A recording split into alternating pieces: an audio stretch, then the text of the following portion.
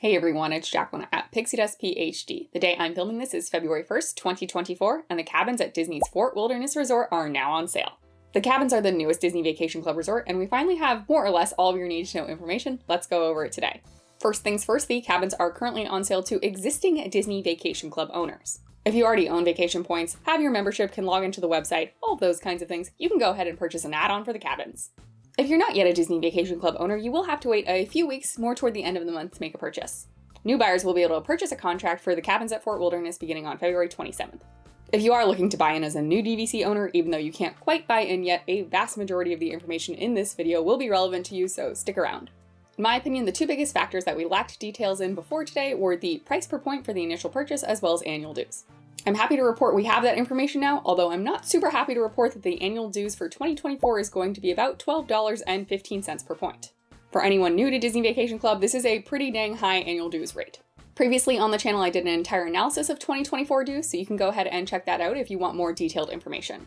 For 2024, annual dues across the Disney Vacation Club properties ranged at the low end at about $7.57 per point, and at the high end to just under $14 per point. When you consider that spread, $12 and change doesn't seem all that bad, but the spread is not even. 10 of the existing Disney Vacation Club properties came in at under $9 per point for their 2024 annual dues. Then an additional 4 were more than $9 but less than $10 per point. Hilton Head Resort was about $11.31 per point, and Vero Beach Resort was about $13.86 per point. Those were the two highest prices. Now the cabins at Fort Wilderness slops in at that top end. The annual dues at the cabins at Fort Wilderness are not more expensive than the most expensive resort, Vero Beach, but they come in at number 2.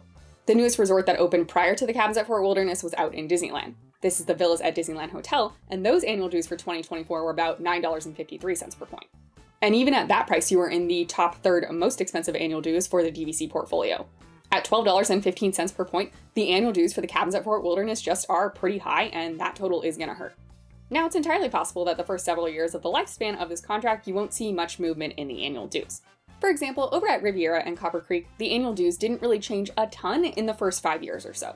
Riviera's went from $8.31 per point to about $8.50 per point, so yes, a small increase, but very, very small. And similarly, Copper Creek changed from about $7.33 per point to just under $7.60 per point. Perhaps the cabins at Fort Wilderness will share the same fate.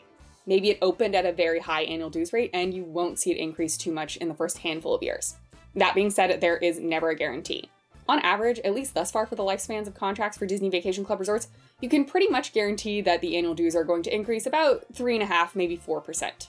It will change year to year, some years will be low, some years will be high, but on average you're looking at somewhere in the 4% range, generally speaking. Hopefully there are a handful of years right at the beginning where the owners of the cabins at Fort Wilderness are not seeing much of any increase in their annual dues, but there really is no guarantee. For example, over at the Villas at Disneyland Hotel, those annual dues open at $9.06 per point. The very next year, it was over $9.50, so kind of a meaningful increase there. I was definitely surprised to see the dues rate this high. Let me know how you feel in the comments down below. And if this at all changed your mind to buying in, I definitely want to hear about that. The other big piece of information we got was the initial purchase price, which is set for now at $225 per point. That is without any incentives. Previously on the channel, we guessed it would be about $227 per point, so we really weren't that far off. Incentives have been released, but they really aren't all that enticing if you ask me. Something is better than nothing, but the incentives aren't a stellar deal. There are no incentives if you buy any fewer than 100 points. Then from 100 to 124 points, you will receive a $2 discount as your incentive. From 125 to 149 points as your add-on, you'll then get a $4 incentive discount. And at 150 points all the way through 199 points, the discount incentive becomes $10 per point. If you're looking at buying a larger amount of points, the incentive discount does continue to rise anywhere from $11, but only up to $16 even once you're buying 1,000 or more points. These incentives are definitely valid now for current DVC owners looking to add on at the cabins.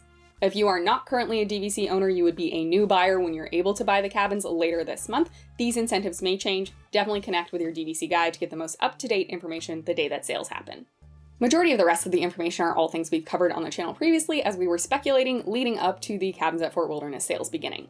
If you want a refresher though, let's go over some of those important details briefly. All of the cabins at Fort Wilderness are 1-bedroom accommodations. These sleep up to 6 guests. There is a queen bed and twin bunks in the bedroom, and then a pull-down Murphy-style queen-sized bed in the living room.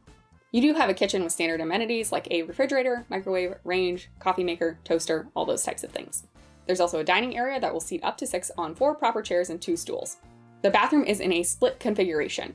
Fully contained in the bathroom are a shower tub combo as well as a toilet and sink. Then outside of that door, you will have an additional sink, another mirror, basically another vanity area. And there's a large deck on the exterior for you to enjoy nature. Ownership at the cabins is set to expire on January 31st, 2075. And your ownership is subject to standard resale restrictions. For those unfamiliar, resale restrictions basically come in two categories. The first is that points purchased through the resale market after these restrictions were put into place in January 2019 cannot be used to book stays at the cabins at Fort Wilderness. If you have resale points that were grandfathered in before these restrictions took effect, or if you've bought your points directly through Disney, you can use those. But let's say you bought a resale contract last year, or you plan on buying one in the next handful of years, you cannot use those resale points to stay at the cabins. The second category applies to those looking to buy the cabins through the resale market. If cabins points are resold, those points then can only be used at the cabins at Fort Wilderness. For example, let's say down the line you end up purchasing a cabins at Fort Wilderness contract through the resale market. You can then use those points to stay at the cabins at Fort Wilderness, but you will not be able to use them at any other Disney Vacation Club property.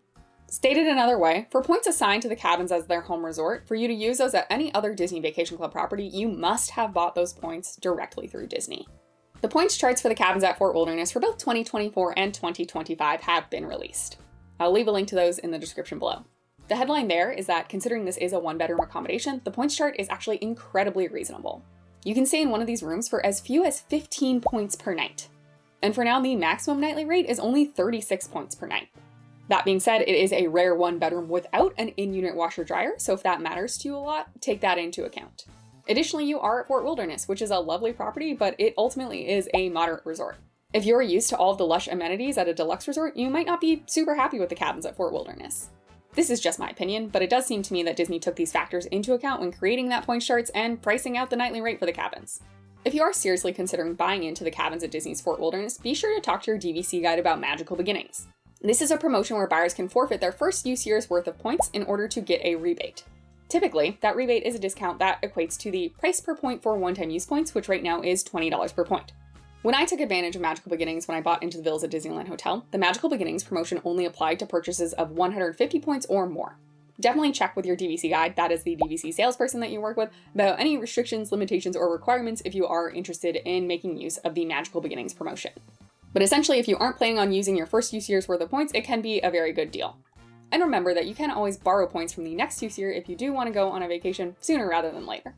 If you are planning to buy in, after that purchase is complete, you might be anxious to get your first reservation on the books. For current owners adding a contract onto the cabins, the first day you'll be able to book is February 15th. For new Disney Vacation Club buyers, your first day to book will be March 12th. Then for all other eligible Disney Vacation Club points, you'll be able to book beginning April 23rd, and the 7-month booking window will be in effect.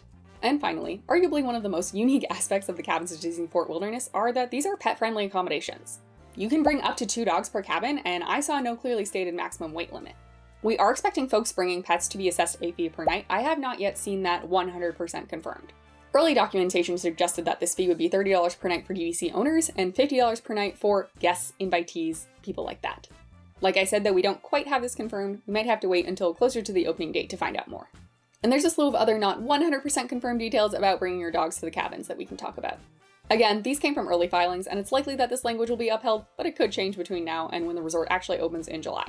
But for what we know for now, when your dog is outside, they must be accompanied at all times and also restrained through a leash or a carrier or other similar methods. Dogs are not to be left unattended in the cabin for more than 7 hours at a time.